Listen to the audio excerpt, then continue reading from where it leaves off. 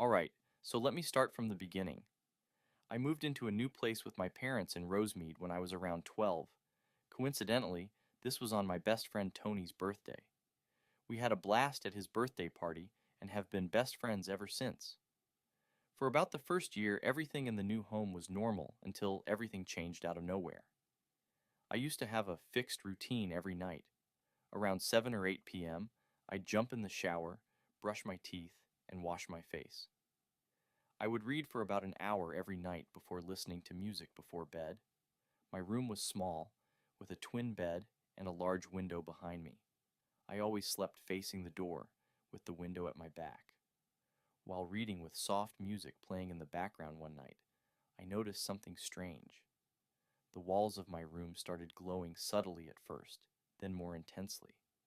It was like the afterimage you see when you press your hand against your eye, but this glow came from the walls themselves. I checked to see if any light was coming in from outside, but the curtains were shut tight. I thought it would go away, but it didn't. The glow persisted for about 30 minutes before fading away. Just when I thought things couldn't get weirder, the hallway light turned on itself, which was odd because you could hear every little noise in our tiny house.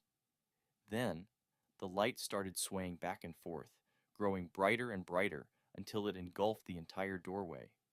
The door disappeared, and my room was flooded with blinding white light.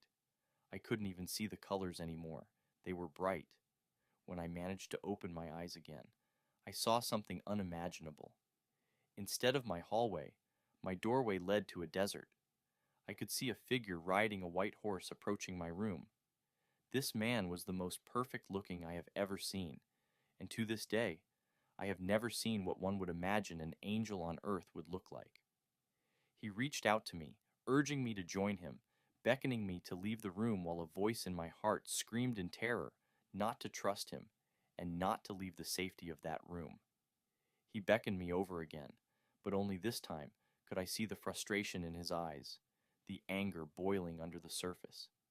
Next, in one swift move and wave of his hand, I felt some invisible hands grab me by my shirt and drag me across the room to within only a few inches of his face.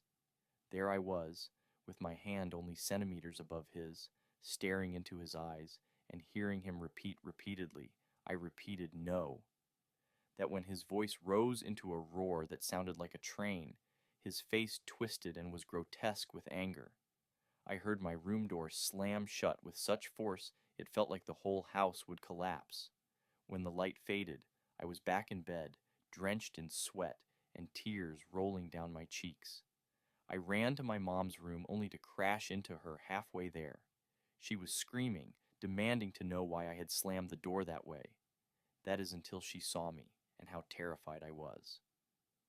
Weeks later, my aunt from Mexico visited and stayed in my room the first weekend after she arrived. I woke up to someone crying at the kitchen table while breakfast burned. My mom sat there comforting my aunt, and she said, "Why don't you tell your aunt what happened?" She stopped and said, "There is no need. I was in the desert, and that man was so handsome, but I didn't go with him." She turned to me with tears streaming down her cheeks and unbuttoned the top of her gown, clicking, click, clicking, and revealing her chest, shoulders, arms, and neck, completely covered in dark bruises and hickeys. She sobbed uncontrollably and was not consolable for days. And that's the story of my first encounter with the paranormal. Like I said before, I'm currently working on putting up stories of my personal experience, and I'll do so for the next few weeks. So guys, please like this video and subscribe, and if you have a story to share, please do. I would love to hear it. See you next time.